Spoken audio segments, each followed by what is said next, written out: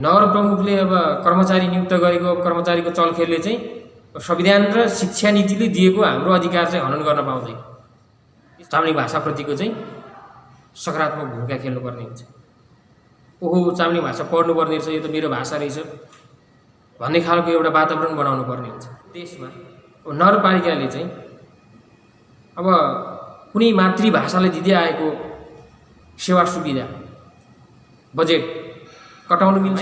फेरि हामी के अरे त्यो अब असहिष्णु तरिकाले हामीले त्यो तरिकाले हामीले अगाडि बढ्न खोजेका छैनौँ। त्यो फेरि अब नकारात्मक सेन्स लाएर नहेरिदिनु होला। जहाँ हितुङलाई मात्रै होइन बजेट, अब तपाईँको 11 वडामा चाहिँ जहाँ जहाँ चाम्लिङहरू बाहुल्यता छन्, जहाँ जहाँ चाम्लिङहरूको घना बस्ती छ, समुदायहरू चाहिँ अब चाम्लिङहरू धेरै छन्, त्यो ठाउँमा चाम्लिङ भाषा पढाइनुपर्छ। ब्राह्मणहरूको बाहुल्यता भएको ठाउँमा संस्कृत भाषा पढाइदिनुपर्छ। तिलुङहरू भएको बाहुल्यता ठाउँमा तिलुङ भाषा पढाइनुपर्ने हुन्छ र वाम्बुलीहरू भएको तपाईँको बस्तीहरूमा वाम्बुली भाषाहरू पढाइनुपर्ने हुन्छ।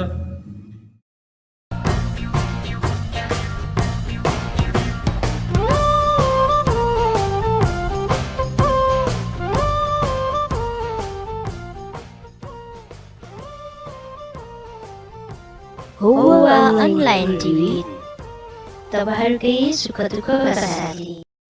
नमस्ते हौवा, म चाहिँ जनक चाम्लिङ, हलेसी तुवाचुङ नगरपालिका धितुङ 8। आज म यहाँहरु समक्ष चाहिँ एउटा सानो विषयमा चाहिँ छलफल गर्नका लागि चाहिँ आइराखेको छु र मलाई लागेको कुराहरू यहाँहरु समक्ष राख्नका लागि चाहिँ म यहाँ उपस्थित भएको छु र विषयवस्तु छ मातृभाषा सम्बन्धी। यो हाम्रो धितुङ हलेसी तुवाचुङ नगरपालिका वडा नम्बर 8 धितुङ तत्कालीन गाविस धितुङ गाविस अहिले 8 नम्बर वडामा पर्छ। तपाईको विगत गाविस हुँदाखेरिदेखि नै धितुङको चाहिँ प्राय जसो सबै स्कुलहरुमा चाहिँ मातृभाषा धितुङमा बसोबास गर्दै आएका चाम्लिङहरूको चाहिँ मातृभाषा चाहिँ पढाइ हुँदै आएको छ र तत्कालीन गाविसले पनि अब आफ्नो गाविसमा भएका समुदायहरूको चाहिँ मातृभाषाको आवश्यकता प्रत्याभूति गरेर चाहिँ चाम्लिङ भाषा पठन पाठनको लागि चाहिँ बजेट दिँदै आएको थियो। सोही बजेट र सोही प्रोत्साहनले गर्दाखेरि हाम्रा समुदाय, हाम्रा चाम्लिङहरूले पनि, हाम्रा बुवा मम्मीहरूले पनि हाम्रो छोराछोरीलाई पनि चाम्लिङ भाषा पढाउनुपर्छ। चाम्लिङ भाषा चाहिँ अब लोप हुने अवस्थामा पुगेको छ र यस्तो अवस्थामा चाहिँ अब स्कुलमा पनि पढाइ हुनुपर्छ। व्यावहारिक रूपमा प्रयोग हुँदै आएको भाषाहरूलाई चाहिँ स्कुलमा पनि पढाइ हुनुपर्छ भन्ने खालको एउटा राखेर चाहिँ चाहना राखेर चाहिँ गाविसबाट चाहिँ बजेट छुट्याउने गरिन्थ्यो र त्यो बेलाको अवस्थामा पनि अब प्रशस्त रूपमा चाहिँ तपाईको अब बजेटहरू दिइन्थ्यो। तर जब यो तपाईको नगरपालिकाको चाहिँ स्थापना भयो त्यसपछि धितुङमा चाहिँ मातृभाषाको लागि चाहिँ आउने बजेट चाहिँ कटौती गरियो। कटौती गर्दाखेरि चाहिँ त्यसको प्रभाव चाहिँ हाम्रा विद्यालयहरूमा चाहिँ अब पठन पाठनमा देखिन थालेको छ र अहिलेको परिवेशमा कुरा गर्नुपर्ने हुन्छ। अहिलेको परिवेशमा चाहिँ तपाईको शिक्षा नीति र संविधानमै अब नेपालमा बसोबास गर्ने समुदायहरूको चाहिँ मातृभाषा चाहिँ पढ्न पाउने अधिकार चाहिँ स्वतः संविधानमै उल्लेख गरिएको छ। तपाईको संविधानमै उल्लेखित भएको र शिक्षा नीतिले पनि त्यसलाई लागू गर्नुपर्छ भनेर चाहिँ एउटा नीति नै बनाएको छ। त्यसअनुसार मातृभाषाहरू पढाउनु त पढाउने, त्यसको भरण पोषण कसले गर्ने भन्ने विषयमा चाहिँ अब स्थानीय सरकारलाई नै जिम्मा दिएको अवस्था छ। यस्तो अवस्थामा चाहिँ तपाईको तत्कालीन गाविसले पनि अब सेवा सुविधा दिँदै आएको मातृभाषालाई तपाईको यो लोकतान्त्रिक गणतन्त्र भएको देशमा नगरपालिकाले चाहिँ अब कुनै मातृभाषालाई दिँदै आएको सेवा सुविधा बजेट कटाउनु मिल्छ? यदि मिल्छ भने त्यसको पनि हामीलाई जानकारी हुनु पर्यो, त्यसको पनि शीर्षक हुनु पर्यो। के आधारले चाहिँ के अरे अब बजेट कटौती गरियो? संविधानलाई दिएको शिक्षा नीतिले कार्यान्वयन के अरे अब गरेको कुरालाई चाहिँ नगरपालिकाले मान्ने कि नमान्ने? हाम्रो भनाइ र हाम्रो मेन भनाइहरू चाहिँ त्यहाँ छ कि तत्कालीन गाविसले दिँदै आएको मातृभाषाको लागि बजेट तपाईको नगरले पनि दिनुपर्छ। अझ नगरले चाहिँ तपाईको त्यो तलब भत्ता मात्रै होइन, तपाईको चाहिँ विभिन्न सेवा सुविधाहरू र प्रोत्साहन सहित चाम्लिङ भाषाको विकास गरिनुपर्छ। र धितुङमा चाहिँ बाहुल्य चाम्लिङको भएको हुनाले हाम्रो मातृभाषा पढ्नु पाउनु हाम्रो नैतिक अधिकार र यसको चाहिँ तपाईको बजेट दिने र यी सबै कुराहरुमा चाहिँ भूमिका खेल्ने काम नगरपालिकाले गर्नुपर्छ। यो हामीले मात्रै अहिले यो बीचमा ल्याएको हाम्रो यो होइन, यो शिक्षा नीति र संविधानले नै दिएको कुरा हो। देश संघीय गणतन्त्रमा गइसकेपछि संविधानले ल्याएको एउटा नीति हो, यो नगरपालिकाले मान्ने कि नमान्ने? हाम्रो कडा चाहिँ भनाइ यहाँ छ। यसकारण अहिले चाहिँ अब नगरपालिकाले कटाउनु कारण के हो? अब नियुक्त गरेको कर्मचारीको चलखेल हो कि अब नगर प्रमुख र उपप्रमुखकै अब त्यतातिर चासो नभएर हो कि? अब नगर प्रमुख र उपप्रमुखको चासो नभए पनि अब समुदायहरूले चासो लिइसकेपछि त त्यो नगरपालिकाले त भूमिका खेल्नुपर्ने अवस्था देखिन्छ। नेपालमा बसोबास गर्ने समुदायहरू जुन बाहुल्य समुदायहरू छन् उनीहरूले चाहिँ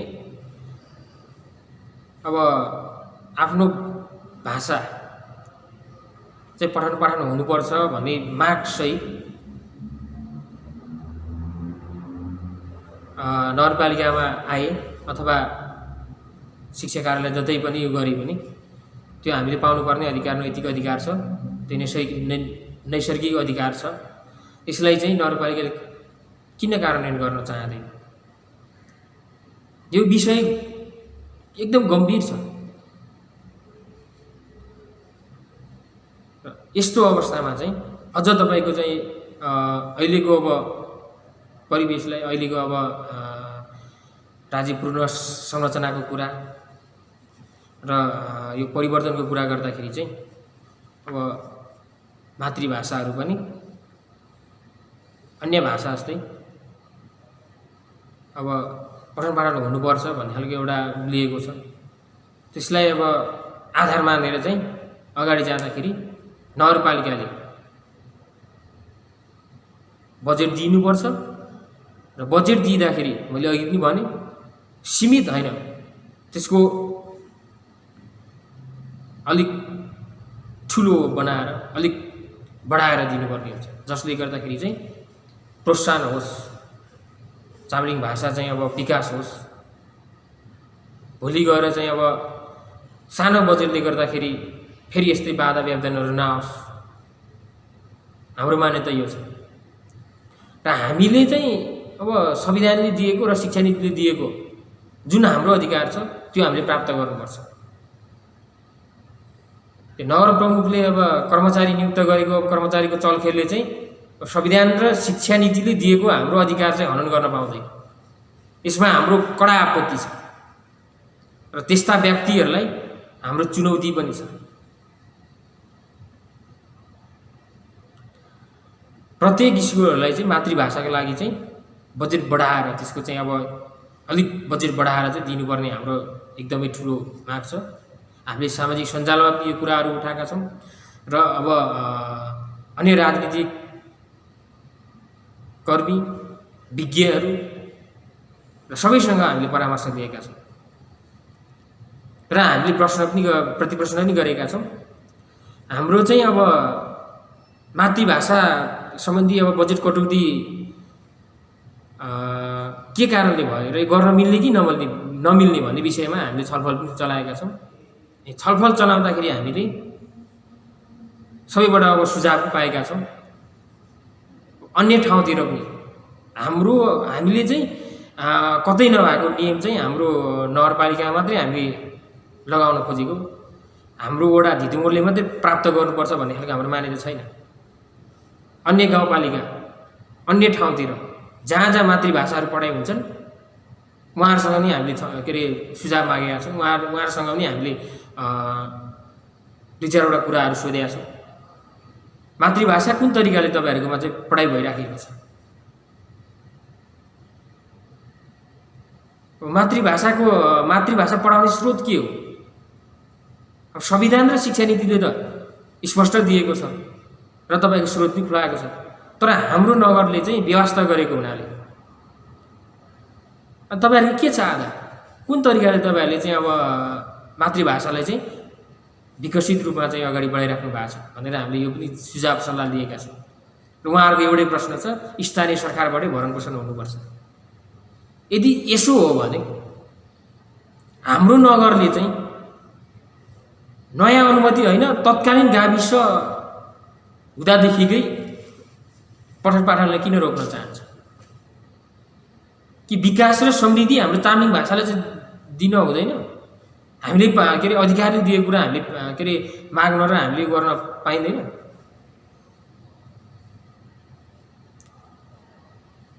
हाम्रो त यो छ नि मेन कुरा माग त। अब अझै हामी त के भन्छौँ भने धितुङमा मात्रै होइन, धितुङ जस्ता हलेसी तुवाचुङ नगरपालिकाभित्र भएका सबै वडाहरूमा जसको बाहुल्यता छ उसको मातृभाषा पढाउनलाई चाहिँ एउटा नीतिगत समिति बनाइयोस्, अनुगमन गरियोस्। म त अझै भन्छु अनिवार्य नै गराइयोस्। चामलिङहरूको बाहुल्यता भएको ठाउँमा चामलिङ भाषा अनिवार्य, यो नगरपालिकाको रेखदेखमा नगरपालिकाको भूमिकामा यस्तो हुनुपर्छ। यसो हुँदाखेरि नगरपालिकाको उपस्थिति राम्रो देखिन्छ। यसो हुँदाखेरि नगरपालिकाले खेल्नुपर्ने भूमिकामा सकारात्मक भूमिका भन्ने ठानिन्छ। अहिलेको अब सन्दर्भमा कुरा गर्दाखेरि अहिले हाम्रो त अब पठन पाठन भइरहेको कुरा हो नि। हामीले नयाँ अनुमति दिनुहोस् हजुर, हामीलाई चामलिङ भाषा के अरे किताब उपलब्ध गराउनुहोस्, चामलिङ भाषाको लागि बजेट छुट्याइदिनुहोस् भनेर हामीले त्यो के अरे रोइ कराइ गर्न खोजे होइन। सदियौँ कालदेखि तत्कालीन गाविस हुँदादेखिको हाम्रो जुन छ पठन पाठन भइरहेको अवस्था छ त्यसलाई चाहिँ निरन्तरता दिनुपर्छ, नगरपालिकाले हेरिनुपर्छ भन्ने खालको हाम्रो माग छ। र नगरपालिकाले चाहिँ अब तपाईँको आवश्यक पर्ने सामग्रीहरूदेखि लिएर प्रोत्साहन स्वरूपको बजेटदेखि लिएर चाहिँ अब मातृभाषा शिक्षकलाई दिनुपर्ने तलब सुविधा सबै कुराको चाहिँ तपाईँको जिम्मेवारी लिनुपर्छ। चामलिङ शिक्षक नभएको ठाउँमा चाहिँ प्रतिस्पर्धा मार्फत चामलिङ शिक्षक नियुक्ति गर्नुपर्ने, यो पनि छ एउटा हो। चामलिङ शिक्षक नियुक्त गरेर उसलाई तलब भत्ता प्लस प्रोत्साहन स्वरूप, किनभने यो मातृभाषा हो। मातृभाषालाई चाहिँ अब त्यतिकै अब सामान्य रूपमा मात्रै हेर्दाखेरि अलिक जटिल देखिन्छ। जटिल विषयलाई चाहिँ तपाईँको अब के गर्नु पर्यो भने प्रोत्साहन दिएर चाहिँ अझै विद्यार्थीहरूमा चाहिँ एउटा चामलिङ भाषाप्रतिको चाहिँ सकारात्मक भूमिका खेल्नुपर्ने हुन्छ। ओहो चामलिङ भाषा पढ्नुपर्ने रहेछ, यो त मेरो भाषा रहेछ भन्ने खालको एउटा वातावरण बनाउनु पर्ने हुन्छ। त्यसो हुँदाखेरि चामलिङ भाषा चाहिँ भोलिका पिँढीहरूले पनि अवश्य रुचाउनेछन् पढ्नको लागि। यो ढङ्गले जाँदाखेरि चाहिँ तपाईँको चाहिँ चामलिङ भाषा विकासतिर लम्किनेछ। यदि नगरपालिका हाम्रो हलेसी तुवाचुङ नगरपालिकाको चाहिँ यो मातृभाषा सम्बन्धी चाहिँ यस्तै खालको भूमिका रहे। यसले चाहिँ नैराश्यता ल्याउने भयो। यसले तपाईँको के गर्ने भयो भनेदेखि यो चाहिँ भाषाप्रतिको पनि अभिरुचि बढेर जाने भयो एउटा कुरा। अर्को कुरा यसले चाहिँ तपाईँको हाम्रो चाहिँ अब दिनानुदिन चाहिँ भाषा चाहिँ मर्दै जाने भयो। भाषा मरेपछि संस्कार संस्कृति मर्ने भयो। संस्कार संस्कृति मरेपछि अब जाति नै सिद्धिने अवस्थामा आयो। राईले पनि अब अन्य थर लेख्नुपर्ने अवस्था आउँछ। मुन्दुमको ऋषियातिर अब चलाउनु पर्ने चाम्लिङ भाषा हुन्छ। चाम्लिङ भाषा नै अब यसरी चाहिँ अब नगरपालिका नै लागि परेर चाहिँ खत्तम बनाएपछि त्यसको विकास भन्दा पनि विनाश भयो नि त। त्यो विनाशले गर्दाखेरि भोलि अब तपाईँको मुन्दुमको ऋषियामा पनि संस्कृत भाषा र नेपाली भाषा नै प्रयोग गर्नुपर्ने अवस्था हुन्छ। यस्तो अवस्था आयो भने अनि हाम्रो चाहिँ अस्तित्व कहाँबाट रहन्छ? हाम्रो भइपरिआएको अब भइखाएको आएको के अरे भाषालाई चाहिँ अब विनाश गर्ने अनि अन्य भाषालाई चाहिँ तपाईँको के चाहिँ अब एकदमै त्यो प्रोत्साहन दिने खालको जुन यो छ नीति छ, यो एकदमै निन्दनीय छ। यो एकदमै निन्दनीय छ होइन। अरू भाषाहरूको त अब आफ्नोमा विकसित भइसकेका भाषाहरू छन्, यिनीहरूलाई त अब सरकारले पनि आफ्नो ठाउँमा हेरिराखेको छ। तर मातृभाषाहरूलाई चाहिँ तपाईँको अब आवश्यक पर्ने सामग्रीदेखि लिएर आवश्यक पर्ने बजेटहरू चाहिँ छुटेर प्रोत्साहन दिँदै तपाईँको चाहिँ अब स्थानीय स्तरबाट गाउँ स्तरबाटै पहिचान खोज्दै तपाईँको आफ्नो अस्तित्व खोज्दै अगाडि जाने। माओवादीले जनयुद्ध लडेको छ पहिचानको लागि भन्दै अब अन्य दलहरूले पनि पहिचानको कुरा गरेका छन्, तर त्यो पहिचान केन्द्रबाट आउने होइन। मेरो विचारमा चाहिँ पहिचान अब हामी आफ्नो ठाउँबाट खोज्ने। जस्तै हामीले हलेसीतुवाचुङ नगरपालिकाको एउटा नौरान गऱ्यौँ। हलेसीतुवाचुङ नगरपालिका यसको केलाउँदाखेरि चाहिँ यसले त्यहाँको स्थानीय भाषा, स्थानीय संस्कार, स्थानीय चाहिँ संस्कृतिलाई चाहिँ सम्बोधन गरेको छ। अनि अब तपाईँको के अरे अब नगरपालिका चाहिँ तपाईँको अब एउटा चाम्लिङ संस्कार, चाम्लिङ संस्कृति र चाम्लिङ भाषा अनुसार चाहिँ जुराएर राख्ने। तर यो तपाईँको यो स्कुलतिर पढाइ हुने अब चाम्लिङ भाषालाई चाहिँ तपाईँको विनाश गर्ने यो खालको एउटा नीति जुन छ हाम्रो नगरपालिकामा, यसको चाहिँ हामीले चाहिँ कडा विरोधको रूपमा चाहिँ अगाडि सारेका छौँ, विरोध गरेका छौँ। मातृभाषालाई पनि विकासतिर लानुपर्छ, मातृभाषालाई पनि प्रोत्साहन दिनुपर्छ भन्ने खालको हाम्रो मान्यता रहिआएको छ। जति हलेसीतुवाचुङ नगरपालिकाले चाहिँ अब एउटा तपाईँको भनौँ न पहिचान दिएको छ, हलेसीतुवाचुङ नगरपालिका भनेर चाहिँ एउटा के अरे पहिचान खुलाएर चाहिँ अब नगरपालिकाको चाहिँ नाम जुराइएको छ। त्यसरी नै त्यो हलेसीतुवाचुङ नगरपालिकाभित्रको चाहिँ प्रत्येक स्कुलहरूमा चाहिँ चाम्लिङ बाहुल्यता भएको ठाउँमा है फेरि हामी के अरे त्यो अब असहिष्णु तरिकाले हामीले त्यो के अरे त्यो तरिकाले हामीले अगाडि बढ्न खोजेका छैनौँ। त्यो फेरि अब नकारात्मक सेन्स लाएर नहेरिदिनु होला। जहाँ चाम्लिङहरू बाहुल्यता छन् त्यो ठाउँमा चाहिँ जसरी के अरे नगरपालिकाको चाहिँ अब नगरपालिकाको नाम जुराउँदाखेरि चाहिँ तपाईँको पहिचान खुलेको छ, त्यसरी नै चाम्लिङ भाषाहरूको चाहिँ विकास हुनुपर्छ। नत्र त हलेसीतुवाचुङ नगरपालिकाको अर्थ नै के रहन्छ र? अर्थ खुल्नु पर्यो नि अब त होइन। अर्थ खुलाएर चाहिँ अब अगाडि जानु पर्यो। नगरपालिकाले खेल्दा भूमिका त्यसरी खेल्नु पर्यो। त्यसरी चाहिँ तपाईँको चाहिँ अगाडि जानुपर्ने हुन्छ भन्ने खालको हाम्रो एउटा सुझाव हुन्छ। नगरपालिका चलाएर बस्ने जनप्रतिनिधिहरूलाई हाम्रो अनुरोध पनि छ। धितुङलाई मात्रै होइन बजेट, अब तपाईँको 11 वडामा चाहिँ जहाँ जहाँ चाम्लिङहरू बाहुल्यता छन्, जहाँ जहाँ चाम्लिङहरूको घना बस्ती छ, समुदायहरू चाहिँ अब चाम्लिङहरू धेरै छन्, त्यो ठाउँमा चाम्लिङ भाषा पढाइनुपर्छ। ब्राह्मणहरूको बाहुल्यता भएको ठाउँमा संस्कृत भाषा पढाइनुपर्छ, तिलुङहरू भएको बाहुल्यता ठाउँमा तिलुङ भाषा पढाइनुपर्ने हुन्छ र वाम्बुलीहरू भएको तपाईँको बस्तीहरूमा वाम्बुली भाषाहरू पढाइनुपर्ने हुन्छ। यो तरिकाले चाहिँ अब तपाईँको शिक्षा नीति तपाईँको अब संविधानै बनेको हुनाले चाहिँ हाम्रो नगरपालिकाले चाहिँ किन यसलाई चाहिँ अब बाइपास गर्दैछ, किन यसलाई चाहिँ तपाईँको के अरे अब अस्वीकार गर्दैछ, यही कुरा हामी जान्न चाहन्छौँ।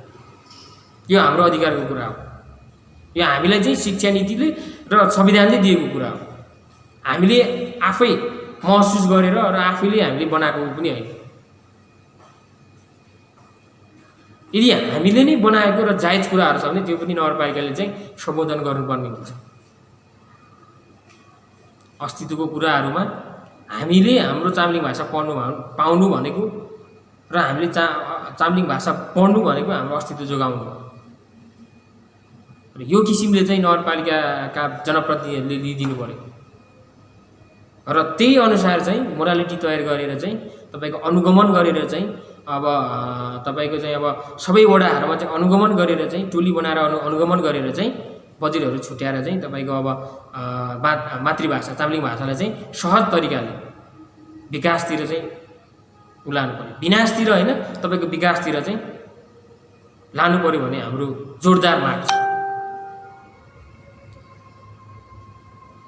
मैले भनिहालेँ तत्कालीन गाविसले अब दिँदै आएको बजेट चाहिँ नगरपालिकाले कटाउनु भनेको त अब गाविस भनेको त तपाईँको परिवर्तन हुनु पूर्वको सन्ध्या हो।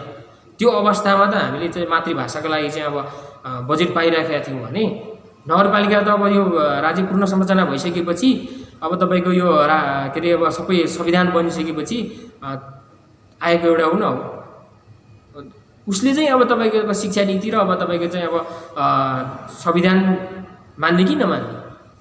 यदि मान्ने हो भने मातृभाषाको बजेट किन कटाउने?